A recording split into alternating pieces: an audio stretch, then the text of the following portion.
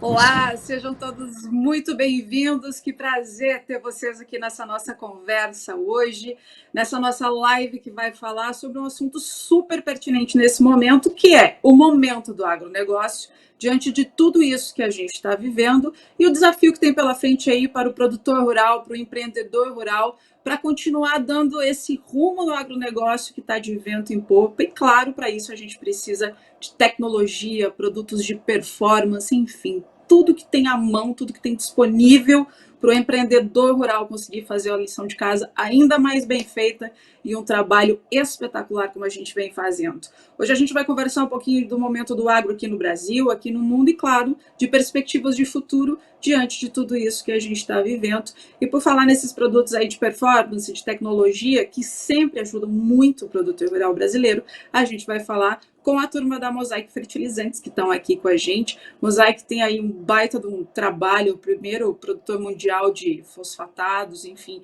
super atuante também na produção de potássio, atua em mais de 40 países, além de, claro, Brasil, China e Índia, que são grandes produtores. Então, hoje a gente vai falar de grãos, vai falar de cana, vai falar de café, vai falar de trigo. Vem com a gente que a conversa vai ser boa. Já vou começar apresentando para vocês quem é que vai conversar com a gente. Olha, eu quero começar com o Eduardo Monteiro. Ele tem aí mais de 20 anos de caminhada no agronegócio, formação economista, diretor comercial da Mosaic. Boa noite, Monteiro. Boa noite, Jaqueline. É um grande prazer estar com vocês aqui hoje, falando com os agricultores do Brasil, podendo elucidar aqui e passar informação, que é o mais importante, né? Ter a chance e uma honra para mim hoje estar dividindo esse painel aqui com vocês, com um ilustre consultor aqui, uma referência no Brasil, com o Alexandre Mendonça, e também poder dividir o painel aqui hoje com o nosso amigo Marino Franz, um grande empreendedor e, acima de tudo, um grande agricultor no Brasil. Obrigado. Muito bom. A gente vai começar então com o Alexandre Mendonça. Ele é especialista da MB com a Agroconsultoria. Boa noite, Alexandre. Bem-vindo ao nosso papo. Boa noite, Jaqueline. Boa noite, Eduardo. Boa noite, Marina. Um prazer enorme estar com todos vocês. Falar um pouco desse momento espetacular, né? O agro um pouco diferente da realidade do país, é quase um mistério, né? Como é que a gente consegue ir tão bem diante de um cenário sanitário super complicado? Mas eu acho que é nesses momentos assim confusos que vale a pena ter um bate-papo sobre o que está acontecendo e o que a gente está enxergando para frente. É um prazer muito grande estar aqui. E claro, a gente vai ter a palavra de quem está na outra ponta da cadeia, né? O produtor rural, o empresário rural, que é o Marino Franz, fala com a gente direto lá de Lucas, do Rio Verde. Nem falei isso, eu falo de Campo Grande, Mato Grosso do Sul, então essa história de Centro-Oeste, produção, a gente entende bem. Boa noite, Marino, bem-vindo. Boa noite, Jaqueline. É um prazer muito grande poder participar dessa live aí da Mosaic. Boa noite, Eduardo, ao Alexandre Mendonça. Então, me sinto muito feliz, honrado poder participar. Espero poder contribuir um pouco, já que eu estou aqui em Lucas há 38 anos, né? Praticamente fui pioneiro aqui desde a fundação da cidade. A gente participou de todos os projetos que foram implantados aqui e muitos projetos que deram resultados bons, né? Então, quero agradecer a oportunidade de poder participar. Legal, então, sem mais delongas, vamos entrar no nosso assunto principal. Quero começar perguntando o seguinte: vamos começar com a perspectiva mundial, diante de um cenário assim tão desafiador como a gente tem nesse momento, e eu convido o Alexandre Mendonça para responder para a gente. Como é que está o agronegócio hoje em escala global? Contigo, Alexandre. Olha, eu acho que o Brasil é quase uma joia rara no meio de um quadro bastante complexo, né? Na minha visão, tinham duas coisas acontecendo no mundo que já vinham nos beneficiando. Primeiro, uma guerra comercial entre a China e os Estados Unidos, que não tinha nada a ver com o agro, né, como foco principal, uma discussão de domínio tecnológico de duas grandes potências, tá certo? Toda a questão política que está por trás disso. E a agricultura americana era a única coisa que, de fato, os americanos exportavam aos chineses, e quando a guerra começou, acabou batendo na agricultura americana e sobrando para a agricultura brasileira, especialmente a soja, né, que era sempre o elemento mais relevante das importações chinesas.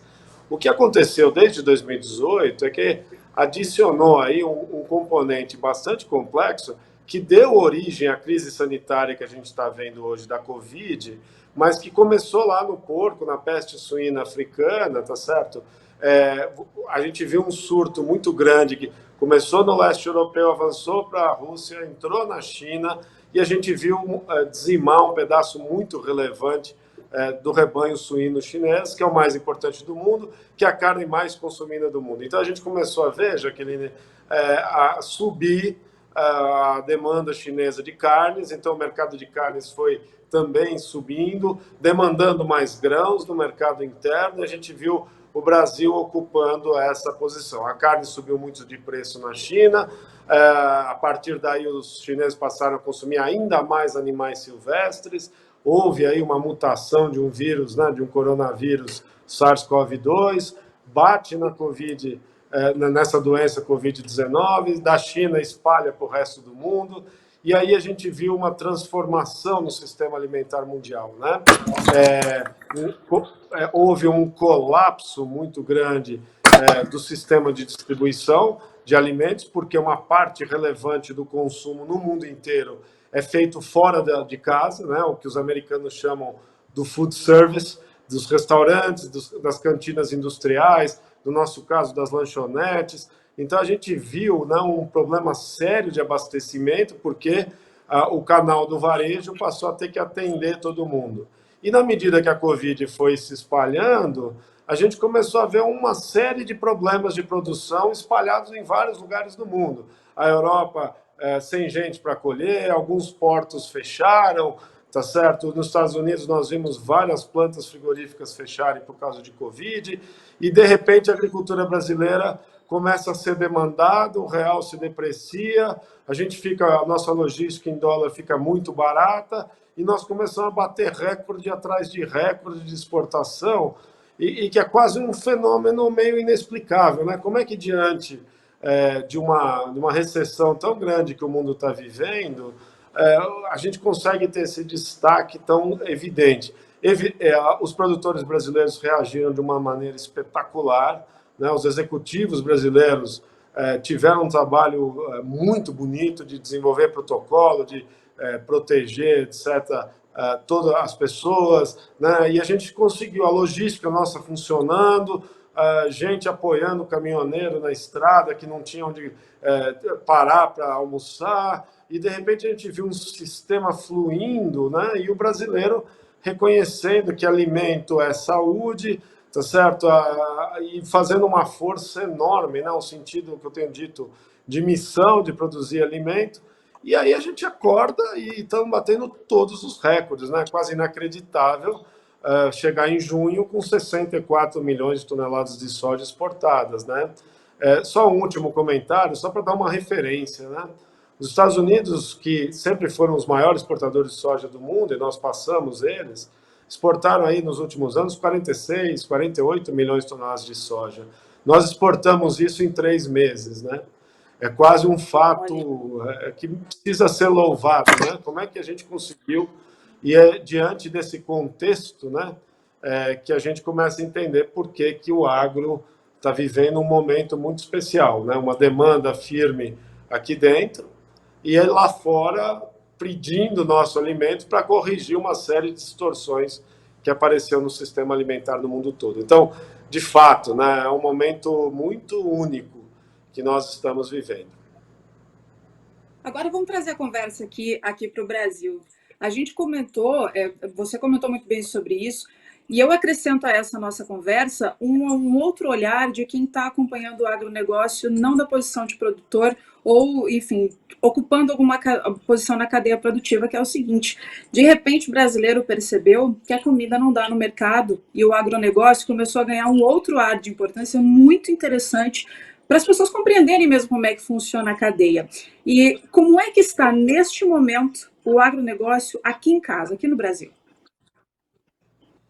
Olha, eu diria assim, eu compartilho integralmente da sua visão, né? Eu hoje moro em São Paulo, eu tenho, né, um grande grupo de amigos, etc., que são urbanos, e é impressionante a mudança de percepção do agro, né? Nos diálogos do dia a dia, você nota isso, né? Quer dizer, primeiro, uma leitura assim, tem algo de bom acontecendo nesse momento tão difícil do país, tá certo? E de fato, né, é um setor que cresce e que vai nos ajudar a sair dessa recessão que, de fato, não só o Brasil, mas o mundo inteiro está vivendo, né? Então, em primeiro lugar, essa percepção que tem algo moderno, dinâmico, proativo, que tira, né, o país dessa situação difícil, que pode ajudar a tirar o país dessa situação difícil. Segundo, a importância do alimento, né? Eu acho que as pessoas se voltam para casa, reduzem, né, o que consomem e focam hoje em alimentos e bens de higiene, né, que são os grandes destaques nesse momento da economia brasileira, junto com tecnologia da informação, etc. Mas as pessoas vão se dando conta de quão importante é o alimento para a gente ter uma saúde bem feita, né? Como o Brasil é um país farto, eu acho que todo mundo achava que é fácil, né, produzir, que as coisas acontecem. Quando, de repente, você se depara com um cenário que está todo mundo parando e tem uma máquina que não para porque não pode parar por ser tão essencial à vida, eu acho que há um salto muito grande, né, de percepção. Eu tenho convicção que o agronegócio brasileiro vai sair muito mais forte e com uma percepção social, né, pelo país todo, que é essencialmente urbano, vamos combinar, né? A gente vive no mundo rural, etc., né? A gente vive na nossa célula, mas, evidentemente, é um país hoje muito mais urbano do que rural. Mas eu acho que há uma transição na percepção. E, de fato, os números estão apontando para entregas recorde, exportação recordes, tá certo? Tudo, se você olhar todos os dados que a gente... É assustador, tá certo? Assim, são coisas que a gente que lida com esses números todos os anos, eu de fato, estou impressionado com o ritmo de atendimento, seja do mercado interno, seja do mercado externo. Nós temos agora, eu acho que também ser franco, quer dizer, tem um desafio, a Covid avançou para o interior, né? Então a gente está vendo quão desafiador está sendo para o setor, especialmente o setor de carnes, né? que trabalha em condições fechadas e câmeras frias, etc. Então, extremamente desafiador, mas eu acho que, insisto nesse ponto, a gente percebeu a importância desse problema muito lá atrás, desenvolvemos protocolos, né, o distanciamento das pessoas, trabalhando em grupo, se alguém tiver qualquer problema, o grupo todo entra em quarentena, máscara, todos os protocolos, enfim, que eu acho que nós estamos saindo relativamente muito bem se comparado aos choques internacionais que a gente acompanha, tá? Então, num certo sentido, Jaqueline, acho que é uma entrega muito impressionante, mas, evidentemente, não vamos minimizar o desafio que tá certo, lidar com essa questão sanitária. Mas o conjunto da obra, tá, muito bonito de se ver. Eu que passo o dia aqui falando com as empresas, né, me impressiona muito. Acho que a gente está fazendo um trabalho muito bonito e que vai deixar um legado aqui, né? Esse ano vai marcar uma transformação da percepção do agro brasileiro. Eu tenho muita convicção disso. Para o mundo, né? Para o mundo. Como a gente está falando agora com relação às safras e a boa posição do Brasil com relação às safras, vamos entrar um pouquinho na questão de mercado de insumos. Eu quero convidar o Marino para trazer essa resposta para a gente, do teu ponto de vista aí da cadeia, Marino. Você acha que o mercado de insumos está estável aí nesse momento? Olha, eu vejo que o produtor está muito preocupado nesse momento e focado em buscar essa oportunidade, melhorar a qualidade do solo, buscando fertilizantes de altíssima qualidade, né? Correção de solo, subsolagem. A preocupação do produtor também é trazer esses insumos cedo para quebra blackout nos portos, já que grande parte do fosfatado do fertilizante nosso é importado, né? A mesma preocupação nós temos com os químicos, né? Tentar trazer para a nossa região antes que dê um problema. Haja visto que nós estamos terminando a colheita do milho safrinha, né? E estamos começando a colheita do algodão e estamos falando em 15 de setembro plantar soja de novo, né? Então vamos colher em dezembro, janeiro, vamos estar colhendo soja. Então Mato Grosso realmente não para, praticamente se colhe o ano inteiro sem irrigação, né? Então aqui uma dádiva, o centro-oeste brasileiro uma dádiva. Eu queria só dar um exemplo aí, Jaqueline. Eu já ia entrar na questão do planejamento. Sim, eu queria só dar um exemplo do Mato Grosso, que o que faz o Brasil surpreender o mundo são todos os estados, mas em particular o estado do Mato Grosso. Em 2006, eu era prefeito aqui em Lucas do Rio Verde, tinha o grito do Ipiranga, aquela crise desgraçada, ninguém sabia mais o que fazia. Fui para a Europa e vi as restrições do mercado comum europeu para não importar farelo de soja do Mato Grosso, milho do Mato Grosso. E voltei para cá e fizemos o projeto Lucas do Rio Verde Legal, que serviu de base para o MT Legal, depois para o Código Florestal Brasileiro.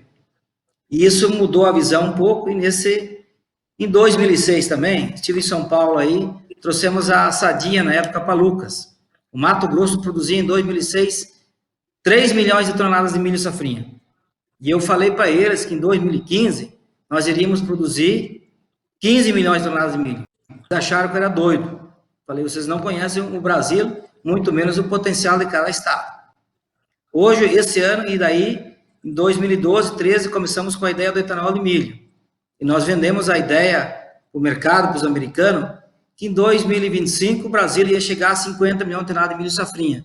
E vamos passar dos 50 com o pé nas costas.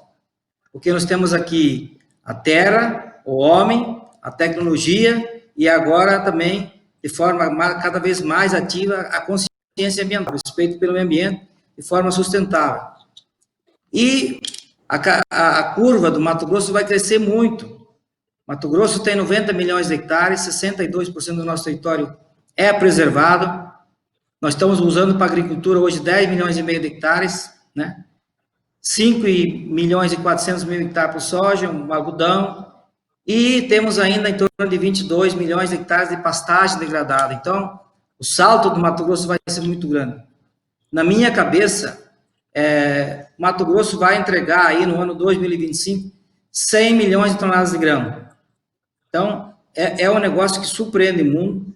A adubação cada vez vai ser mais calibrada, né? Aí entra Mosaic com produtos de qualidade, que possam ser aferidos, né? A questão do nitrogênio cada vez mais. As empresas de tecnologia, todas estão aqui no eixo da BR-163, a Dow, a DuPont, a Pioneer, a Stein veio para o Brasil, que é a maior empresa genética do mundo, é privada. Então, eu não tenho dúvidas nenhuma o Brasil vai ser um expoente, já é hoje, e aí o Mato Grosso é o estado que mais vai crescer pela potencialidade, né? O estado de Santa Catarina, que é o meu estado, tem 9 milhões e 100 mil hectares, né? O Mato Grosso tem 90 milhões, é um gigante desabitado. Eu sempre falo, quando tenho a oportunidade de estar em São Paulo, que o brasileiro não conhece o Brasil. Não conhece, porque daí também não sabe a sua potencialidade. Mas o nosso, por ser um estado por ser um país jovem, por exemplo, a China, eu tenho um sócio chinês, estive várias vezes na China lá, e sei da preocupação que eles têm com a fome, né? Porque na China, segundo eles lá, entre 1965 e 75, no mínimo, 50 milhões de chineses morreram de fome. Então, eles assustam. A fome é um negócio que tem 50 anos passa fome. Então, nós estamos falando de 50 milhões de pessoas, que segundo esse meu sócio lá, o pessoal dos chineses falam, naquele tempo da cortina de ferro, né? Mas morrendo de fome. Então, e a necessidade de fazer um vazio sanitário na China é muito problemático pelo volume de produção que precisa aí. E quem pode equilibrar essa equação é o Brasil, fazendo políticas inteligentes, né, voltadas à produtividade, ao respeito ao meio ambiente, e nós podemos levantar voo rapidamente. É apenas o começo de um grande processo de transformação.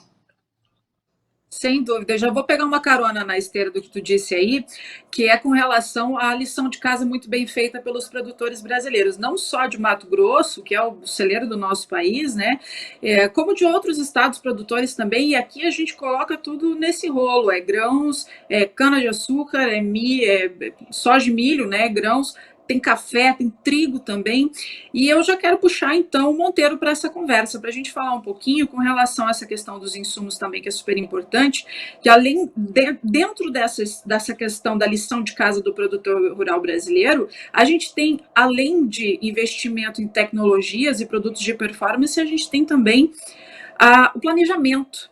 É isso que garante muito do sucesso da gente, né, Monteiro? É isso aí, Jaqueline. Bem, puxando um pouquinho para a questão dos insumos, pincelando um pouco o que o Alexandre falou com o que o Marino falou, hoje o agricultor brasileiro está muito avançado em termos de gestão. Um dos maiores desafios do agricultor é fazer a gestão dos seus riscos. E isso ele vem fazendo com muito sucesso ao longo dos últimos tempos. Então, vamos pegar esse ano aqui, olhando a perspectiva da produção de entregas de fertilizantes esse ano. A comercialização da safra 2021, ela já iniciou-se ali no final do ano passado, outubro, novembro, dezembro, ali na iminência do início da pandemia de forma mais incisiva aqui no Brasil em março, a gente já tinha um percentual de fertilizantes comercializado para safra de soja, algo em redor de 50%. E por quê? Porque o agricultor acompanha isso muito bem em termos de gestão. O fertilizantes aí, ele atingiu médias históricas muito baixas em termos de fósforo e potássio. Quando a gente fala em precificação, ele atingiu séries baixas aí dos últimos 10 anos. E o agricultor sempre monitorando isso, percebendo da situação, optou por fazer o seu travamento pensando numa relação de troca adequada. E com o Covid, a situação acabou surpreendendo um pouco mais, porque aí a gente teve uma alavancagem muito grande em termos de rentabilidade do agricultor, puxado principalmente pela desvalorização cambial. E aí, dentro desse contexto, a gente começou a safra e começou a bater recordes de exportação. E isso também ajudou muito o agricultor, porque o fluxo logístico trabalhou a seu benefício. Esses recordes de exportação aumentaram significativamente a disponibilidade de transportes e o frete de retorno também ficou muito barato. Então, dentro desse contexto, a gente hoje encontra mais ou menos um patamar de fertilizantes industrializado para soja na safra 2021, o Brasil 80%, o Mato Grosso já rodou muito mais, e você tem estados ainda que precisam tomar algumas decisões, porque tem volumes expressivos para serem adquiridos, que é principalmente aqui o Sudeste e o Rio Grande do Sul. Aqui, quando a gente fala de São Paulo e Minas, o agricultor de soja, a gente estima que mais ou menos 40% ainda não tomou a decisão de compra.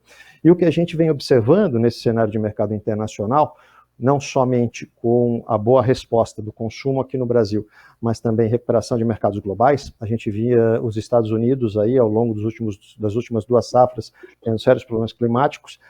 Nesse ano, aparentemente, a coisa está fluindo muito bem, então eles também vêm contribuindo aí para o consumo de fertilizantes, e a gente observa ao longo das últimas 6, 8 semanas um acréscimo importante no custo dos fertilizantes. Em linhas gerais, os preços subiram nessas 6 últimas semanas algo de 12% a 15%, dependendo do nutriente, esses preços em dólar. Mas a relação de troca ainda, Jaqueline, continua fantástica. Quando a gente pega milho safrinha a gente só comercializou nesse momento 30%. Faltam ainda 70%, e o que a gente vem trabalhando com o mercado de uma forma geral, incentivando o produtor, dá uma olhada na relação de troca. Hoje a relação de troca aí do milho safrinha, quando você pega o Mato Grosso, ou até mesmo o Paraná, a gente está falando no Paraná de 45 sacas por hectare, no ano passado, nesse mesmo período, era perto de 60. Quando você pega o Mato Grosso, a gente está falando de 60 sacas por hectare, nesse mesmo período do ano passado era 70. Ou seja, a relação continua muito boa, fantástica. E aí, como a atividade de fertilizantes é uma atividade sazonal, as concentrações das entregas, elas começam a funilar agora no segundo semestre, a gente vai assistir aí também um gargalo logístico importante. E dentro desse contexto, as exportações ainda continuam fortes, tudo indica que ela vai continuar forte em julho e entra um pouco em agosto. Então, a gente tem também debatido muito aí com os nossos clientes, sugerindo a eles, olha, aqueles que não optaram ainda, que não tomaram posição para a sua safra 2021 ou para a sua safrinha, aproveitem o momento e, mais do que isso, aproveitem o momento e embarquem, porque o custo logístico está barato. Aconteceu algo extraordinário neste ano que a gente nunca tinha visto na história do Brasil. O custo logístico brasileiro ele foi igual ou melhor que o custo logístico americano, com toda a sua infraestrutura para escoar a sua produção até os portos.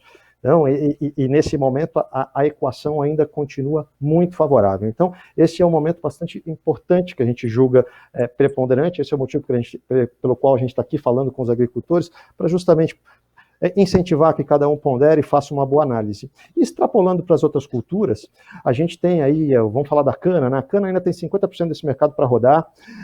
Num primeiro momento ela foi impactada, principalmente o álcool, né, com a redução da atividade econômica e a questão do preço do petróleo, mas nesse interim o açúcar recuperou. A gente vem batendo recordes de exportação de açúcar também. Os preços do açúcar atingiram um patamar que colaboraram muito com os produtores de cana. Então, dentro desse contexto, se você pegar e fazer nesse mesmo raciocínio, analogia de relação de troca, a relação de troca, nesse momento, está igual ou menor que esse mesmo período do ano passado. Aí vamos passar para o algodão. O algodão também, num primeiro momento, teve sim um impacto em termos de preço, só que o produtor de algodão, hoje no Brasil, ele já aprendeu a lidar com essa situação, então ele gerencia isso muito bem, ele vem fechando os seus preços numa média ponderada ao longo do período. Então, esse período momentâneo do Covid, de redução de preços, impactou, mas não significativamente, e com os savings logísticos que o agricultor teve, com a valorização cambial que o agricultor teve, a rentabilidade do algodão ainda é positiva, a relação de troca ainda é positiva e esse mercado tem 50% para rodar ainda efetivamente.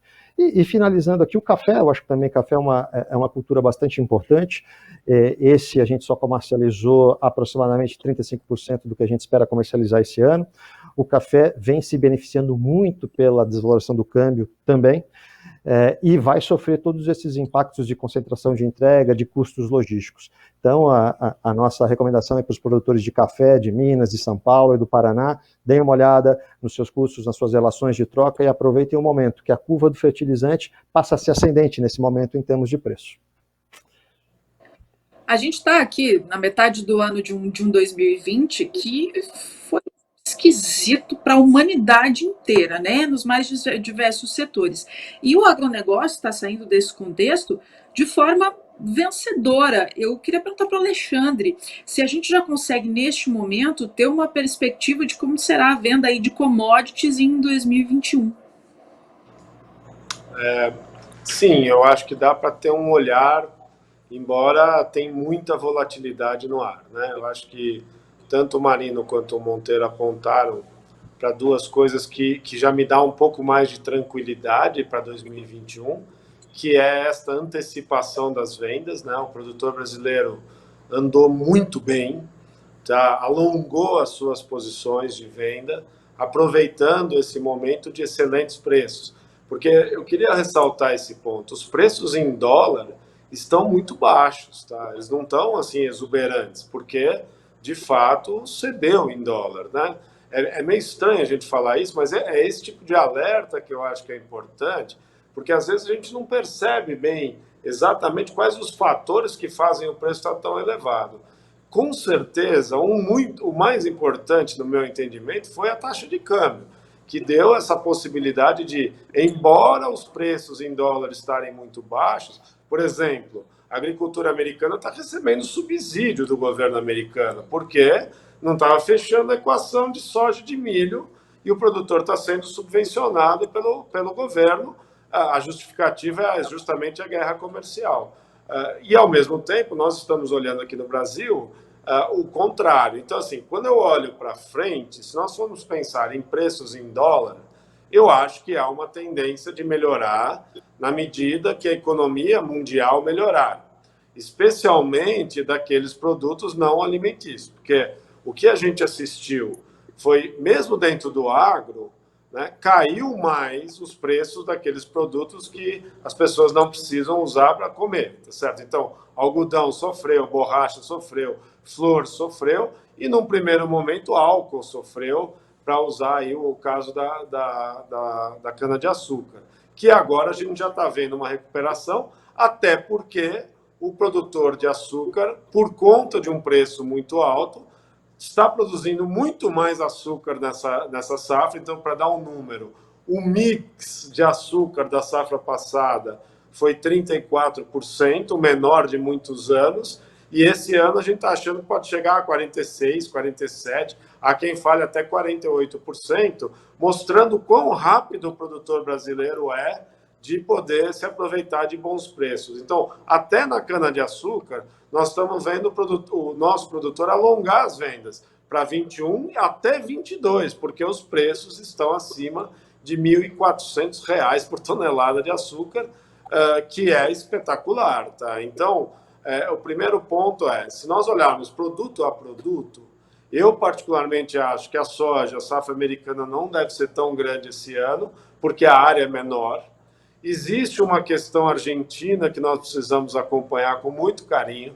Os argentinos estão vivendo um momento complexo, né? Vocês devem estar acompanhando aí a estatização de um grupo muito importante de exportação de grãos da Argentina, um problema seríssimo de internação de insumos na Argentina. Houve uma reclassificação na taxa de câmbio dos insumos importados, tornando mais caro o produto para o produtor argentino. Tá? Então, no caso do trigo que você citou, tá? Há quem fale até que pode ser um problema de produtividade do trigo argentino a falta de insumos. Se essa confusão se alongar mais alguns meses, pode até afetar a decisão de plantio, da tecnologia de plantio.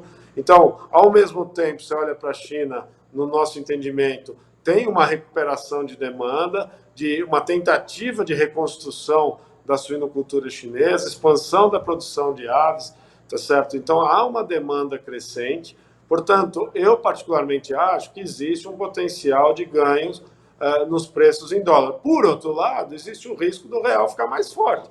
De novo, voltar, né? Vamos lembrar, nós saímos de 4, pulamos para 6, tá certo? E se o quadro da economia se recuperar, não só no Brasil, mas no mundo, não há por que também o real não se valorizar diante desse contexto de menor instabilidade econômica. Portanto, aqui é um ponto muito relevante, né, que a gente tem tentado manifestar opinião aos produtores. É muita volatilidade, é muita incerteza. A relação de troca, sabe? Comprar insumo e travar a venda, você está travando vários riscos simultâneos, volatilidade no câmbio, variação muito abrupta nos preços que podem acontecer pelo todo esse contexto internacional. Tá? Eu compartilho, estou totalmente alinhado com o que o Eduardo e o Marino falaram. Tá? É importante, esse ano é diferente, nós estamos exportando muito, os fretes de retorno, olha, quando nós chegarmos no 4º trimestre desse ano, eu não sei se vai ter muito grão para exportar no Brasil, se nós considerarmos o ritmo de exportação. Eu não sei se vai ter muito açúcar para exportar pelo ritmo de exportação de açúcar. E veja, pessoal, tem uma correlação com a Covid? Claro que tem. As estradas estão mais vazias, as pessoas estão circulando mais, a logística está conseguindo atuar de uma maneira sem precedentes.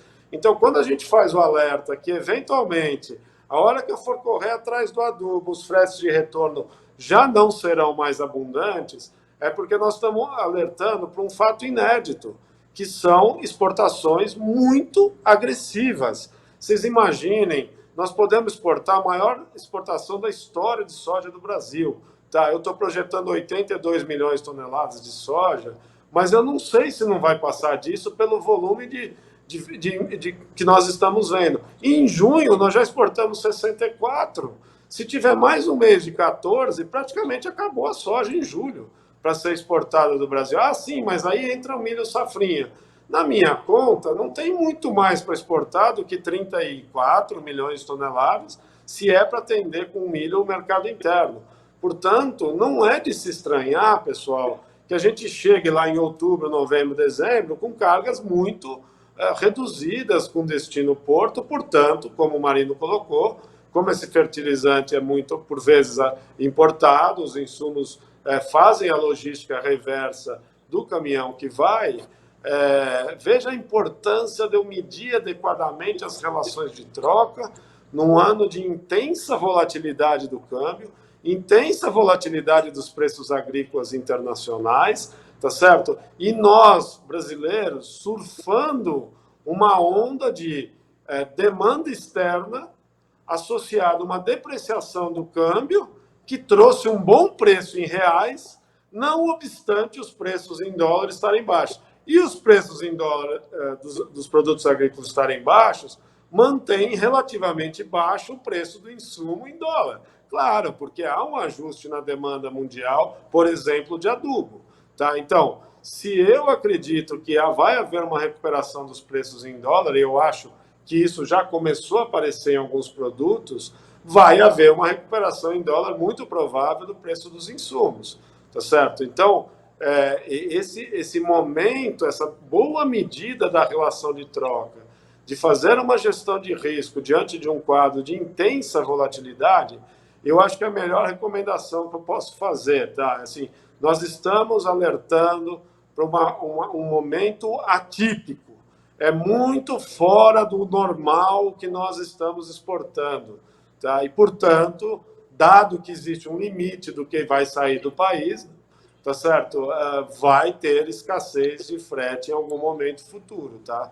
Então, esse alerta, eu estou 100% alinhado, tá?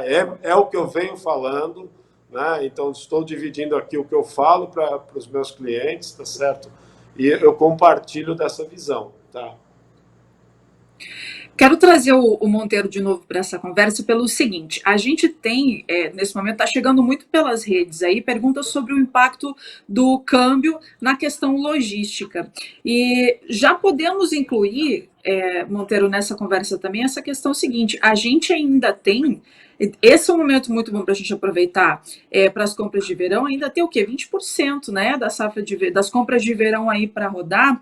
Mas antes da gente entrar nesse assunto, eu queria que você fizesse a gentileza para a gente responder uma pergunta aqui das redes sociais. É o seguinte: com esse dólar atual, vale a pena comprar fertilizante já ou é melhor esperar? Contigo.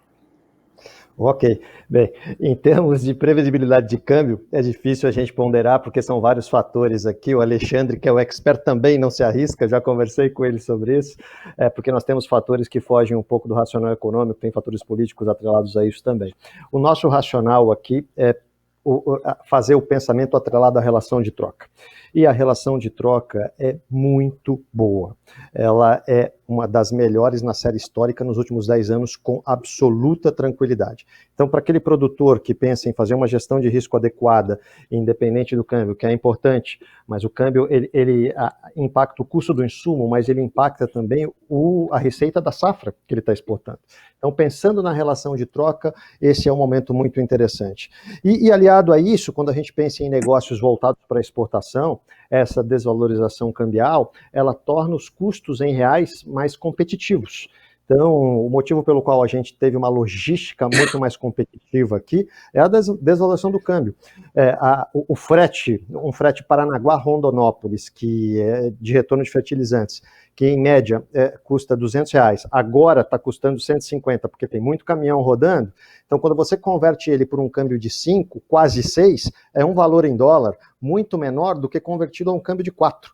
Então, esse é um fator importante também no racional quando você pensa na equação de rentabilidade completa. Então, olhando a sua cultura, olhando o momento atual de relação de troca, esse é o momento importante para você tomar sua decisão e seguir adiante. E olha, soja é 20% que falta comprar, mas a safrinha falta 70%, o café falta 50%, a cana e o algodão falta 50%. Tem muita coisa para rolar ainda e o momento é interessante. Jaqueline, não dá para a gente deixar de ser otimista no momento desse. Venha, posso entrar? Tá. Deixa eu dizer uma coisa, quer dizer, câmbio é a coisa mais difícil para qualquer economista, né? Assim, porque é difícil mesmo modelar, porque são muitos fatores que afetam o câmbio. Mas deixa eu tentar colocar um racional e para mostrar quão difícil é fazer essa projeção, tá certo? Um fator do real ter depreciado muito importante, no nosso entendimento, foi a inflação cair muito, e ela segue muito baixa. A gente está projetando uma inflação de 1,6%, não obstante os preços agrícolas estarem pressionando a inflação para cima.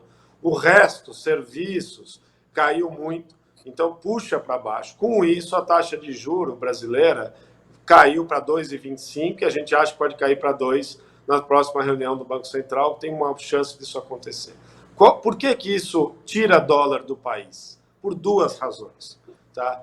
Primeiro, porque tinha gente que vinha para o Brasil para aplicar na renda fixa brasileira, que pagava um juro muito mais alto do que lá fora. Isso acabou. Isso acabou. 1,6% de inflação com 2% de taxa de juros é um retorno real de 0,4%, tá certo?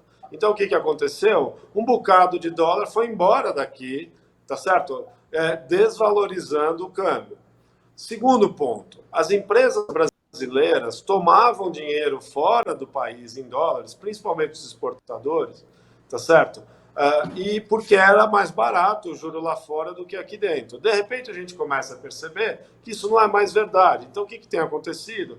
As empresas estão matando suas dívidas em dólar, ou seja, exporta, o dólar está lá fora, você paga a sua dívida em dólar e toma em reais. Então, é menos dólar que entra na economia brasileira. Esses fatores devem seguir verdadeiros e, portanto, o real não deve voltar para 4. Isso aí é um fato. Tá? Assim, é um contexto muito diferente de um juro de 14% que nós tínhamos no passado. Entretanto, existe uma desconfiança muito grande, tá? Agora vem a segunda parte, com a parte fiscal brasileira. Tá? Por quê? Porque o governo está arrecadando muito menos e está gastando muito mais para tentar lidar com essa crise que nós estamos vivendo. Portanto, a dívida do governo brasileiro vai subir muito. Dependendo de como nós vamos lidar com o orçamento do governo do próximo ano, isso vai se dar em setembro, se nós brasileiros decidirmos gastar muito mais, essa dívida vai aumentar ainda mais e certamente vai trazer desconfiança ao mercado brasileiro. Só para dar números, gente, a gente estava com uma relação de dívida com o PIB de 75%, nós estamos indo para 100%. Se nós não cuidarmos disso, nós podemos ir para 110, 120. Seguramente pode o câmbio ir para 6 de novo, se nós não pusermos em ordem as contas públicas. Então, veja a complexidade, né? A gente vai ter uma decisão do orçamento do ano que vem, que vai ser em setembro. É um número que o mercado inteiro está de olho. Há uma pressão para o gasto. Então, a gente, de repente, pode acordar e o câmbio voltar para 6. Então, assim, é muito imponderável o que nós estamos vivendo. E, por favor, não tem mágico que dê conta disso, tá? Não é um problema que as incertezas são muito grandes. Então, se vocês me apertarem, puserem o revólver na cabeça, quanto é o câmbio no curto prazo? Eu acho que é 5 a 5,5. A hora de chegar perto do orçamento, dependendo do que acontecer com a política, pode ficar muito mais nervoso isso, tá certo? Então, pessoal, insisto, em vez da gente se perguntar se o adubo está caro ou barato, em reais, tá? Eu acho que em dólar ele segue num preço baixo para os padrões do último tempo, em reais não, mas também não acho que o câmbio vai mudar muito daqui até o ponto de decisão. E mais importante do que isso, se o real está 5,50 e o adubo está caro em reais, para o olhar de alguns, insisto, em dólar está muito baixo ainda, historicamente, também é verdade que a soja, o milho, o açúcar está com preço alto porque está 5,50 o câmbio. Então, assim, se for para 6, vai ser mais caro o adubo em reais e vai ser mais alto o preço. Então, o que realmente a gente tem que olhar nesse ambiente de tanta incerteza é a relação de troca. E a relação de troca está boa e a logística está favorável. Tá? Então, é por isso que a gente está fazendo essa recomendação, tá? Que assim, eu acho a melhor coisa que a gente pode falar nesse momento. Tá? Então, realmente, é muita volatilidade e muita incerteza no ar e bons preços para não aproveitar esse momento. Essa que eu acho que é a principal mensagem. Desculpa se eu alonguei muito, Jaqueline. Legal. Agora, vamos fazer o seguinte, a gente sai da questão da comercialização, vamos voltar aqui um pouquinho para a questão da produção. A gente tem que falar desse momento de pandemia, e eu queria pedir para o Monteiro comentar com a gente o seguinte: nestes tempos, neste momento, existe uma necessidade maior da gente observar a qualidade dos insumos, mas especialmente dos fertilizantes? Olha, Jaqueline, em linhas gerais, independente da pandemia, o nível de tecnologia que o agricultor brasileiro trabalha hoje é uma demanda que é obrigatória. O agricultor precisa olhar isso com profundidade. Então, em linhas gerais, aqui na Mosaic Fertilizantes, a gente tem uma política muito rígida, a gente trabalha com 3 pilares fundamentais. Primeiro pilar, um controle de qualidade rígido, desde a entrada da matéria-prima, de quem nós compramos, como isso entra na planta, como isso é testado, é avaliado em laboratório do ponto de vista químico e físico. A gente faz um monitoramento completo de todo o processo produtivo, a gente acompanha isso para garantir que lá na ponta o agricultor vai estar recebendo um produto que tem uma qualidade granulométrica igual ou melhor do que o Ministério da Agricultura pede. Na maioria das vezes a gente foca num estándar diferenciado para atingir essa exigência do público. Um outro ponto importante é olhar a geração de pó. Então, esse é outro tema que está no nosso radar recorrente. Então, o pó hoje atrapalha na regulagem das máquinas, atrapalha na aplicação, o agricultor perde em produtividade quando está aplicando o adubo. Então, esses são pontos que independem da pandemia de forma geral. E, além disso, a gente ainda tem uma questão que é muito utilizada nos fertilizantes, que é a utilização de inertes. O Ministério da Agricultura permite isso, e o inerte é basicamente um elemento que não tem valor nutricional. E lá na Mosaic Fertilizantes, a gente não usa inerte, a gente trata o nosso cliente com absoluta transparência. O que a gente entrega para o cliente é nutriente para ser absorvido pela planta. Então, são 3 pilares importantes que, independente da pandemia, o produtor, ao tomar a sua decisão de compra, é importante que ele observe isso, para que no final não tenha nenhum problema e nenhum contratempo futuro ao receber alguma coisa cuja expectativa está muito abaixo daquilo que ele previa. E hoje o agricultor brasileiro tem um nível de exigência muito alto. Então, já vou colocar uma outra pergunta nessa sequência aí, dentro desse assunto que a gente está falando. Como é que o produtor pode fazer esse investimento em tecnologia para aumentar o nível médio da produtividade, mas de forma absolutamente estratégica? Olha, em linhas gerais, esse agricultor que hoje é altamente tecnificado, quando você pensa em investimento em tecnologia, pensando em fertilizante, primeira coisa, vamos elevar o nível de nutrientes no solo. E olha que momento fantástico a gente está falando aqui, que a gente está vivendo. O Alexandre, o Marino ponderaram, a nossa produtividade cresce, aumenta, a gente vive um momento cíclico de baixa de preços de fertilizantes em dólar. Então, esse é um grande momento para o agricultor aproveitar-se dessa situação e comprar nutrientes, deixar estocado no seu solo, que com certeza ele vai se beneficiar nessa safra, na próxima safra e assim sucessivamente. E um outro ponto importante também é ponderar seus investimentos em tecnologia em produtos de performance que geram valor agregado, geram maior produtividade. E aqui na Mosaic Fertilizantes a gente leva isso muito a sério. A gente tem um portfólio com estudos científicos, estudos acadêmicos que comprovam rentabilidades e produtividades adicionais, e esse é o caminho mais natural para que o produtor busque investir em tecnologia, busque ter ganhos de eficiência e aumentar a sua produtividade no final do dia. Falamos do lado de cá, agora vamos falar do lado de lá, vamos falar de quem consome, de quem aposta em tecnologia, em produtividade e, claro, em produto de performance. Eu queria ouvir a opinião do Marino França. Bom, só complementando um pouco a conversa do Alexandre e do Eduardo, nós aqui no Mato Grosso, nós tivemos a entrega da BR-163 no ano passado, em fevereiro, pelo governo Bolsonaro. Então, por exemplo, historicamente, Lucas, Sorriso aqui, Paranaguá, Santos, nós gastávamos $100 por tonelada. Subindo para o norte, esse ano está se pagando R$180 por tonelada aqui. E aí o frete caiu, porque o diesel de 3,60 veio para 2,5, né? E a estrada ficou um luxo. Automaticamente a saída sul teve que se adequar nos preços, senão sobe tudo. Então, nós estamos hoje, nós temos uma sociedade na Ciamport, nós recebemos 15 mil toneladas de grão por dia lá. Hoje o soja, eu estou achando que em setembro não vai ter mais soja no mercado, nem para abastecer o mercado nacional, vai ser muito apertado, porque está indo embora.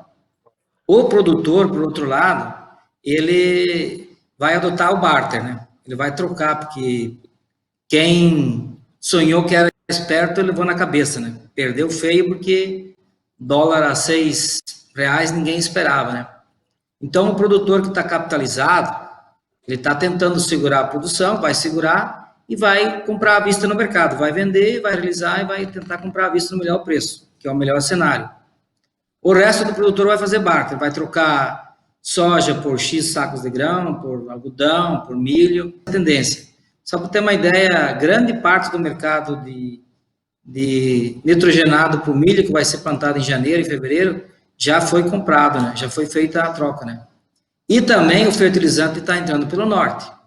Então, muito fertilizante para o Mato Grosso está entrando pelo norte, pelo rio Tapajós, né? Que navega aí 350 quilômetros pelo rio Tapajós, depois entra no rio Amazonas, e isso está fazendo a diferença e está forçando a logística do sul baixar os preços, principalmente da ferrovia. Então, o preço fica sem. Tanto é que, quanto mais distante tu pegava produto para mandar para Rondonópolis, botar na ferrovia, o preço tinha um desconto aí, quem carregava em Sorriso, quem carregava em Sinop, Lucas, nós estamos falando em volumes grandes de produção aí. Então, isso também ajudou muito a questão, então, óleo diesel, a questão da saída pelo norte, baixou muito o preço, e a velocidade com que se planta, se realiza, né? E o produtor aqui não parou de trabalhar, né? Não parou de trabalhar. E vejo esse ano, por exemplo, assim, os produtores, de modo geral, eles estão muito focados em aumentar a produtividade. Aí, falando em aumento de produtividade, o tema número 1 que está voltando é solo. Como preparar o solo de melhor qualidade? Calcário, em reais, custava aqui na nossa região R$50 a tonelada, o dólar subiu, o calcário continua o mesmo preço. É um insumo importantíssimo, né? Então, fazer subsolagem, nematóide. Eu vejo que o nematóide talvez seja o maior vilão hoje do Centro-Oeste em termos de produtividade, é o nematóide. E depois, a escolha do fertilizante de melhor qualidade aí, para que possa realmente valer a pena e buscar a produtividade aqui. Acho que nós temos condições de colher aí 70 sacos de soja por hectare de média, aí não vejo muita dificuldade. Milho também, 150, 160 sacos por hectare, isso já falando. Nós temos a tecnologia, nós temos as condições todas aí. E um fator importante ligado à produtividade é a questão da janela de plantio. Então, vai se plantar cada vez mais rápido e vai se colher mais rápido. Quando o cara fala começou, é porque já terminou. Por exemplo, eu estou aqui há 38 anos. Nós começávamos a plantar soja em novembro. Começo de novembro, se terminava lá a final de dezembro. Hoje eu planto, se passar do dia 15 de outubro, vai dar guerra na fazenda. Então, tem que plantar tudo em 15 dias, colher em 15 dias, e janeiro se planta algodão na primeira quinzena, depois milho na segunda quinzena até 10 de fevereiro no máximo. Então, a tecnologia são variedades, adubos disponíveis na fazenda, por isso muito importante a logística, fertilizante de qualidade, e também a questão do maquinário. Então, a produtividade é a somatória de várias tarefas bem feitas aí. E entre elas é a janela de plantio. Não pode chegar a mês de setembro, em hipótese alguma, pensando de onde vai vir o fertilizante. Não pode, isso não pode acontecer. E o produtor vai fazer muito barter, né? Então, cada vez mais ficou, como a questão do câmbio, como colocou muito bem o nosso economista Mendonça aí, as commodities estão num preço ruim em dólar, né? Ruim em dólar. Como estava ruim, o frete também baixou, os outros insumos também baixaram, o frete veio para baixo, mas na hora que voltar um pouco, tem que se tomar muito cuidado com a relação de troca, né? Porque nós estamos falando soja hoje aqui a $17 sempre foi ruim. Hoje em reais é bom porque um real a 5,30, né? Então quem deve em reais, exporta, é bom. Mas o barter sem dúvida alguma, que está na mesa do produtor, especular, vamos deixar para os economistas aí. E colocando o que o Mendonça falou, as previsões que nós recebemos aqui, eu falo agora no nome da empresa, né, das empresas que eu faço parte, ninguém nunca sonhava com dólar acima de R$ 5. Então, o senhor colocou muito bem, quando sabe, ninguém sabe nada, né? É uma conjuntura que pode vir um agente externo que estava fora do radar de qualquer economista e derrubar todas as previsões aí. Então, realmente, o sistema mais seguro é a troca, né? É fazer o barter, que vai deixar todo mundo mais tranquilo. Eu vou pedir para o Alexandre só complementar tudo isso que tu colocou aí, Marino, com relação a sementes de boa procedência. Você falou de toda essa gama da produtividade, de tudo que envolve aí o trabalho do produtor, mas a gente tem que falar da boa qualidade das sementes também, que é o que vai ter um baita de um reflexo na lavoura, né, Alexandre? Com certeza. Eu acho muito interessante a conversa que você está trazendo, né, provocando, porque tem um componente que eu acho que eu tenho tentado debater também com os colegas produtores e tudo, que é o seguinte, né? Nós estamos vendo uma tendência na taxa de juro cair e, é claro, os ativos reais vão subir de preço se o juro continuar baixo, né?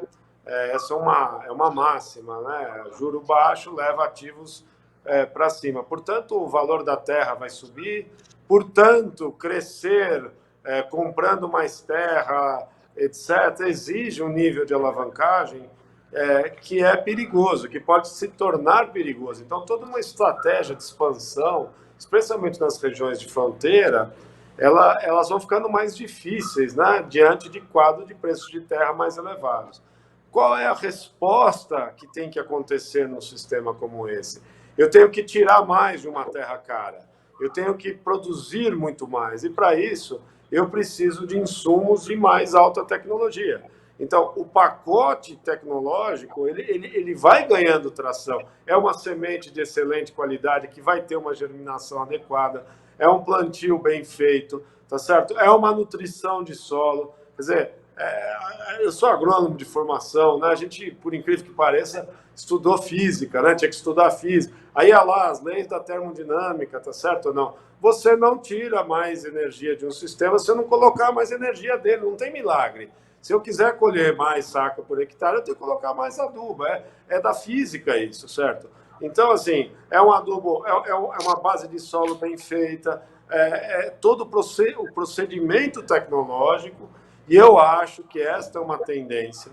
Eu percebo essa dificuldade de uma expansão no ritmo que nós vimos no passado, ela está conectada com valorização muito grande do patrimônio, tá certo? Então, quando a gente vê uma nova realidade, tá certo? Esta é a realidade de aumento de produtividade. Eu acho que nós vamos ver muito grupo, uma boa estratégia de gestão de risco, inclusive, é o barter, como o Marino estava muito bem pontuando. Eu travo vários riscos simultaneamente e, claro, se eu trago tecnologia para dentro, eu corrijo também, eu minimizo também o risco de quebra de safra. Evidentemente, um solo bem preparado, bem armazenado, bem nutrido, vai permitir um aprofundamento de raiz, vai permitir tudo aquilo que a gente via nas aulas, né, de agronomia, que são princípios, né, que aqueles nossos professores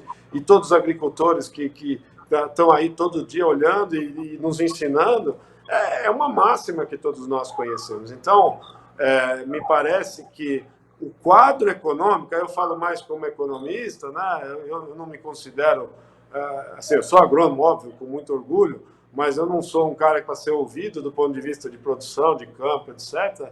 Mas é óbvio que com o olhar de quem acompanha mais economia, eu percebo essa transformação. Nós não estamos mais numa época lá atrás que a terra era barata, que a expansão, tá certo? Agora o jogo é outro, tá certo? E a gente tem que ter juízo, né?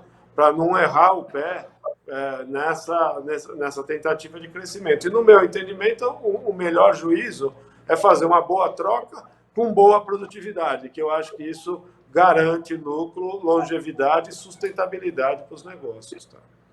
Então, já que você entrou nessa questão econômica, eu já vou chamar o Monteiro aqui para comentar uma outra situação com a gente, que é o seguinte: já que esse é um bom momento para investir em tecnologia, em aumento de produtividade, em eficiência desses produtos, como é que funcionam, então, esses produtos que potencializam a produtividade? Legal. Obrigado pela pergunta, Jaqueline. Bem, aqui na Mosaic Fertilizantes a gente tem um portfólio bastante diferenciado. Então, falando um pouco das nossas linhas de produto, hoje nós temos aqui, eu posso falar com absoluta tranquilidade, a melhor fonte de fósforo do mercado. É o Micro Essential, que é uma combinação única de fósforo com enxofre, o enxofre que tem duas formas, uma de liberação imediata, outra de gradual, e essa liberação gradual garante um aproveitamento maior e desenvolvimento por parte da planta. Então, esse produto, em média, ele gera aproximadamente aí 3 sacas a mais de tonelada por soja por hectare. Quando você extrapola isso para a cultura do milho, são 10 sacas por hectare. Quando você coloca isso na cultura da cana, a gente tem a ousadia de falar que produz 12 toneladas a mais de cana por hectare, algodão, 8 arrobas a mais por hectare, trigo, 6 sacas a mais por hectare. Produto absolutamente estado da arte, qualidade granulométrica perfeita, e todos esses ganhos de produtividade estão respaldados em estudos científicos que a Mosaic fez ao longo dos últimos 10 anos aqui no Brasil. Indo para uma segunda linha de produto, a gente lançou recentemente aqui o Aspire. O Aspire é um cloreto com boro dentro do grão. Então, diferente do que o mercado tem de solução, não é uma mistura de boro à parte. O boro vem dentro de cada grão de cloreto. E o boro é um elemento fundamental para trabalhar na raiz, no desenvolvimento das raízes das plantas. Então, esse produto tem também 2 fontes de boro, uma de liberação imediata e outra de gradual, para garantir a absorção e a eficiência. Então, além dos ganhos de produtividade, esse produto traz um benefício complementar que ele reduz ou elimina a necessidade de aplicação de boro. Então, esse é um ganho operacional importante para os agricultores. Então, essas são novas tecnologias que a gente vem trazendo. Além disso, a gente também tem o Camag, que é um produto bastante tradicional, exclusivo da Mosaic. Esse é um produto produzido em uma das nossas minas nos Estados Unidos, que nós trazemos aqui para o Brasil já há muito tempo. É um produto muito aceito na cultura do café, especificamente, mas ele é aplicável para grãos também. Ele tem uma ótima aplicabilidade na cultura de hortifrutis. Então, em hortifrutis, em média, ele, além de ajudar na produtividade, o magnésio, porque ele é uma combinação de magnésio, enxofre e cloreto. O magnésio ajuda na manutenção da maior vida média útil do fruto, na prateleira de um supermercado, por exemplo. Na safra de soja, ele ajuda na produtividade de soja. A gente tem estudos que mostram que ele produz até 9 toneladas a mais de saca por hectare. E, além disso, na cana, além de ajudar na produtividade, ele aumenta o percentual de açúcar, ele aumenta o ATR da cana. Então, é outra solução tecnológica que a gente traz, que agrega valor ao produtor e que ajuda ele a ser mais eficiente no final do dia. E, finalmente, produto novo de prateleira. No início, eu acabei não fazendo uma retificação, mas nós somos o maior player mundial e no Brasil de fósforo e de potássio. E no Brasil, nós somos o maior produtor nacional de nutrição animal, fósforo e bicálcio. E para complementar a nossa linha de Animal Nutrition, a gente está lançando um fertilizante exclusivo para pastagem. Inclusive, eu vou bater lá na porta do Alexandre, que é um grande pecuarista, para oferecer esse produto para ele, é o M-Pasto. E o M-Pasto, a nossa proposta de valor, produto que a gente está lançando agora, a gente está falando que, em linhas gerais, se você usar isso no seu pasto, a gente tem a ousadia de falar que você pode aumentar em 50% a produção de carne e carcaça do seu rebanho. Então, são itens que sempre trazem valor, com comprovadas estudo científico atrás disso. Basicamente, esse é o nosso racional. E por isso a gente propõe essa proposta de valor aos nossos clientes, para que eles sejam melhores sucedidos no nosso negócio e, consequentemente, nós também somos. Legal, agora vamos fazer um giro entre nós aqui, alinhar melhor essa conversa para a gente falar de futuro. Então, eu quero começar com o Alexandre. Quer dizer que, então, este momento é animador, tanto para quem compra, quanto para quem vende, é isso? Eu acho que sim, né? Assim, se a gente olha para o futuro, eu sou muito otimista. O Marino fez uma fala de abertura aí que eu sou 100% alinhado, tá? Existe uma mudança, uma transformação muito grande, numa maior parte de onde mora a humanidade, que é a Ásia, tá certo? A renda vem mudando, são países que têm um dinamismo econômico muito grande, há uma transformação no padrão de consumo, normalmente a dieta vai indo para a proteína animal precisa de grão, você não tem uma área, né, recursos naturais tão abundantes nessas regiões, o Oriente Médio e a Ásia são regiões que hoje são os grandes importadores de alimentos do mundo, tá certo? Então, eu tenho citado esses números porque eles são muito impactantes, né? Há 30 anos atrás, a China tinha um superávit no comércio agrícola, ou seja, exportava mais do que importava.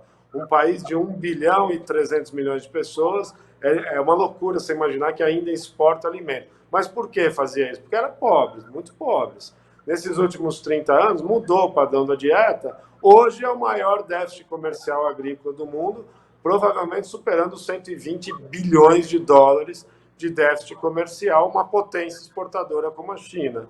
O Japão sempre foi um déficit comercial agrícola alto, porque já são ricos há muitos anos, tem um déficit comercial de 50 bilhões de dólares. Se nós somarmos todo o Oriente Médio, um déficit comercial muito grande. E tem países surpreendentes, né? Os Estados Unidos da América, que hoje ainda é, né, o maior exportador do mundo, está se transformando num enorme importador de alimentos. Por quê? Porque cresce a população, a área está ocupada, está virando um importador líquido. Era o maior exportador líquido de alimentos do mundo, está virando um importador.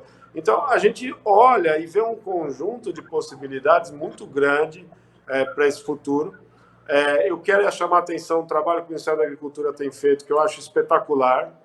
Nós, brasileiros, a gente está falando aqui das grandes culturas, né? do grande produção, tá? Mas há um espaço, no meu entendimento, gigante para frutas tropicais, para produtos tipicamente brasileiros. Estamos vendo uma revolução no mercado de lácteos, de queijo, o surgimento de especialidades brasileiras, tá certo? Há uma possibilidade adicional, né, do mercado de álcool do mundo ganhar outra dimensão. Os chineses estão pensando em embarcar, né, álcool no seu sistema produtivo. Enfim, a gente vai olhando para cada uma dessas cadeias e vai vendo o potencial que existe, porque é óbvio que o que é maior sobrepõe, né? A soja, que é a principal cultura brasileira, o milho, a produção de frangos, suínos, bovinos, que vai seguir grande. Vejo um potencial muito grande, Jaqueline, mas eu acho que a agricultura brasileira está se sofisticando, há uma leitura diferente do potencial do que a gente pode ter. Vejo um mercado muito promissor para café. A Ásia provavelmente vai beber café. Nós, no passado, meu pai foi produtor de café. Eu lembro que se falava que os japoneses não consumiriam café, viraram um mercado super importante em café. Há uma demanda na Ásia. Então, assim, é impossível não ser otimista, tá, diante desse contexto. Agora, nós estamos falando de um negócio volátil, tá certo? Então, a tendência é muito favorável, mas no meio do caminho eu tenho que continuar vivo, tá certo? E eu tenho que gerenciar risco e ter produtividade. Então, essa é a beleza do nosso negócio. É um desenho de futuro que eu acho muito bom, mas não elimina, evidentemente, eu preciso estar vivo, né, lá no futuro, e por isso que a gente tem que surfar com inteligência, tá certo? E bom senso esse caminho, tá? Mas eu acho que é um momento muito promissor para o agronegócio brasileiro. Legal, então a gente vai para a nossa última pergunta e eu quero chamar o Monteiro para responder essa para a gente. Depois a gente vai ouvir o Marino também, para colocar uma boa dose de otimismo no final desse nosso papo, para a gente terminar nesse clima legal. Monteiro, eu quero te perguntar o seguinte: então, se a gente seguir uma agenda estratégica e se mantivermos aí a produtividade de safra recorde, você acha que o agronegócio será a grande porta de recuperação do Brasil nesse futuro que vem por aí? Olha, Jaqueline, a pergunta é ótima, não tenho dúvidas. Então, eu vou contextualizar aqui algumas situações. Num primeiro momento, essa crise que nós estamos vivendo atualmente, ajudou a nos projetar por um outro patamar. Tanto o Alexandre como o Marino tocaram nesse tema aqui especificamente. Um patamar onde segurança alimentar mundial passa a ter um protagonismo muito maior do que existia antes. Então, alguns países do mundo, durante essa crise, se preocuparam, fecharam suas fronteiras, fecharam as exportações, e o Brasil não. O Brasil, pelo contrário, continuou produzindo, continuou exportando, batendo recordes de exportação. Hoje, o Brasil, em linhas gerais, se você extrapolar, a gente atinge 1,5 bilhões de pessoas no mundo em termos de produtividade de alimentos. Então, a gente passa a ter uma relevância muito grande. Quando você traz isso para o contexto brasileiro, o nosso segmento ele já representa próximo de 1/4 do PIB do Brasil. A gente emprega 20% da mão de obra hoje aqui no Brasil. E não é uma mão de obra qualquer, é mão de obra especializada. Hoje, o trabalhador do campo ele tem que ser tecnólogo para saber mexer nessas máquinas modernas que o Marino aí mencionou. Hoje, a gente precisa ter uma indústria de máquinas agrícolas e implementos bastante sólida, espalhadas pelo Brasil. Tem muita gente trabalhando aí. Você tem a indústria de defensivos, você tem a indústria de fertilizantes, de mineração, todos fazendo parte dessa cadeia. Então, 20% da mão de obra brasileira hoje está atrelada diretamente ao agronegócio. E dentro desse contexto, o Brasil tem 340 milhões de hectares de área total, dos quais 80 milhões estão destinados à agricultura, mas 150 estão destinadas à pecuária. Olha o potencial crescimento que a gente tem no Brasil sem precisar desmatar absolutamente nada. É uma questão de fazer uma integração, como a gente vem fazendo de forma muito competente, da agricultura com a pecuária. O potencial de crescimento nosso aqui é fantástico, é gigantesco. E aí, dentro desse contexto, fazer uma analogia ao que a Mosaic pensa, nós acreditamos muito na agricultura do Brasil, haja vista esse cenário que eu estou colocando para ti aqui, e isso está muito ligado com o momento que a gente vive até agora. A gente passou por todo esse quadro, trabalhando a pico, batendo todos os recordes de produção e de expedição em nossas fábricas. A gente teve os melhores 6 meses da nossa história aqui no Brasil, e estamos vislumbrando que teremos um ano fantástico, um ano histórico. Também dentro desse cenário desafiador, onde lá no começo da pandemia a gente pegou nosso time administrativo, nosso time de vendas, deslocou-se rapidamente de forma muito ágil a que todos trabalhassem de forma remota nas suas casas, empoderamos esse pessoal está empoderando e está fazendo a diferença, então aqui esse time merece um reconhecimento, parte do nosso sucesso vem do trabalho de cada um aí no campo.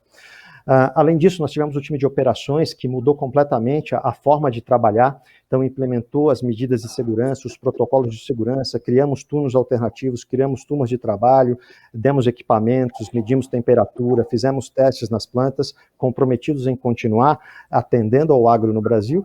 E também, mais importante, a gente tem uma responsabilidade social importante. Então, ao longo desse período também, a gente teve a chance aí de trabalhar junto às comunidades que nós atuamos, fizemos doações, investimentos na ordem de 4,5 milhões de reais em cestas básicas, kits de máscaras, kits de higienização, e adquirimos isso nos comércios das regiões em que atuamos para fomentar a economia local. Então, tudo isso para prover essa verdadeira potência que é o agro aqui no Brasil, a ajudar a gente a continuar trilhando a nossa missão, que é ajudar a produzir o alimento que o mundo precisa, atuando da mina até o campo. Legal. E agora, de produtor para produtor, né, Marino? Você acha, então, que o agro será a grande porta aí de recuperação do nosso país? Bem ligeirito, como se diz lá na nossa terra. Qual que é a tua opinião? Olha, que nem te falei antes, eu sou um otimista, né? Eu conheço, praticamente cheguei aqui com 17 anos de idade, então conheço o Brasil todo, mas o Brasil é um gigante adormecido ainda, né? Então, eu vejo que nós vamos chegar nas 300 milhões de toneladas sem mexer não precisa derrubar uma árvore nem nada, só com medidas de produtividade e sustentabilidade. E nós vamos embora, nós vamos crescer muito aí. O Brasil vai chegar a meio bilhão de toneladas, na minha cabeça, logo aí, adiante. Porque o homem, a tecnologia e a natureza, nós vai proporcionar assim. É só fazer as coisas de maneira correta, com a visão global, já na questão da sustentabilidade, muito importante esse tema aí. E a tecnologia não há espaço mais para produtos de baixa qualidade, entendeu? Vai ser tudo produtos de altíssima qualidade, né? O Mosaic está dando exemplo na linha de fertilizantes, né? Que quem a lembra de 30, 40 anos atrás, tinham várias e várias empresas aí de fertilizante, né? Então, cada vez se concentrou mais, mas se trouxe a segurança e a qualidade para o campo. Então, o Brasil é só deixar o povo trabalhar, né? Um outro fator que eu vejo muito importante no campo vai trazer a responsabilidade social também do produtor em ajudar os governos estaduais, federais, essa consciência que é preciso ajudar, não basta fazer. Fazer que nem o John Kennedy falava, o que eu posso fazer pelo meu país e não o que o meu país pode fazer por mim. Então, veja que a questão dos hospitais, a questão da proteção dos menos favorecidos aí, vão ser temas que vão ser colocados na mesa e a sociedade, quem tem mais, vai ser cobrado para ajudar. Eu vejo isso aí acontecendo e vai acontecer de forma cada vez mais rápida. Alexandre, a gente tem uma produção sustentável no Brasil, a gente tem eficiência na produção agrícola, que é produzir mais, melhor, de forma sustentável, com menos área. A gente tem um mercado favorável nesse momento e uma expectativa boa de futuro. Para a gente encerrar, qual que é a tua opinião sobre o futuro do agro do Brasil 2021? Olha, como nós todos estamos alinhados aqui, tá, eu queria realmente deixar essa mensagem final e dizer, olha, estamos construindo algo diferente. Eu acho que o reconhecimento do agronegócio brasileiro será diferente depois dessa crise profunda. Quer dizer, nós podemos ser um modelo de inspiração de como o país pode dar certo, porque é um setor que está dando certo. Eu acho, assim, como um tema muito importante para nós do setor, é esse respeito, é mostrar que nós, de fato, produzimos com sustentabilidade, que é uma agricultura, nós precisamos quebrar algumas imagens negativas e acho que progressivamente nós estamos quebrando isso e construindo uma imagem muito positiva e legítima, né? Porque, de fato, quem conhece a produção brasileira há de reconhecer que foi um trabalho maravilhoso que foi feito. Então, assim, como uma mensagem, acho que é muito bonito ver, né, o sentido de missão que nosso setor teve para com a entrega de alimentos, né, para o país e para o mundo. Eu tenho orgulho de ver isso, né, como brasileiro. Tá? Então, particularmente, acho que é um momento muito especial e a gente tem que ter, né, essa seriedade para poder usufruir no futuro e continuar mantendo esse respeito que eu acho que o nosso setor tem adquirido. Portanto, eu vejo um futuro de responsabilidade, mas de enormes oportunidades para a gente usufruir. Olha, do lado de cá, do lado do consumidor, eu quero dizer a todos vocês que nos acompanharam que realmente foi sensacional esse bate-papo, porque a gente consegue entender a dimensão do trabalho que está sendo feito da porteira para dentro e é o que coloca o agronegócio brasileiro no patamar em que nós estamos. Olha, a gente vai encerrando por aqui. Eu quero agradecer muito a participação do pessoal pelas redes sociais, foi muito bacana essa interação de vocês e a gente espera mesmo que tenhamos respondido todas as dúvidas de vocês. Lembrando que é o seguinte, olha, importante a gente lembrar, se você quiser compartilhar a sua história, quiser dividir a tua experiência com a gente, pode contar a história e marque com a hashtag NutriSafras, tudo junto, ou então hashtag Mosaic Fertilizantes. E para você que quiser mais informações, o link é o seguinte, olha, nutriçãodesafras.com.br, lembrando que a escrita é Nutrical, né? Nutrical de Safras, tudo junto.com.br. Você pode entrar lá e ter mais informações. Eu quero agora agradecer aos participantes desse bate-papo tão legal aqui com a gente. Você ouviu o Eduardo Monteiro, que é diretor comercial aí da Mosaic Fertilizantes. Monteiro, um abraço para você, foi um prazer conversar contigo. Obrigado, o prazer foi todo nosso, Jaqueline. Uma ótima oportunidade da gente poder endereçar e esclarecer dúvidas do público, nosso agricultor, aqui no Brasil e no Paraguai. A gente também tem um bom público no Paraguai. Um saludo para os nossos amigos do Paraguai também. Legal, você ouviu também o Alexandre Mendonça, que é da MB Agro Consultoria, nosso especialista. Alexandre, um abraço, foi um prazer. Um abraço, o prazer foi meu, um prazer e uma honra. É muito bacana poder participar desse debate. Agradeço ao Marino, ao Monteiro e a você que conduziu brilhantemente aí essa nossa live. Muito obrigado. Prazer foi meu. E para a gente fechar, Marino Franz, direto de Lucas do Rio Verde, nosso produtor rural. Um abraço, Marino. Sucesso aí para ti, foi um prazer. Jaqueline, foi um prazer. Muito obrigado pela oportunidade de poder participar. Ao Alexandre também, ao Monteiro. Então, fico muito feliz e honrado. Obrigado e boa noite. Então tá joia. Pessoal, obrigada pela participação de vocês, pela companhia de vocês nesse bate-papo. Mais informações, nutrição de safras, cedilha.com.br. Compartilhe a sua história com #NutriSafras ou #Mosaic Fertilizantes. Um grande abraço, tudo de bom e sucesso para nós.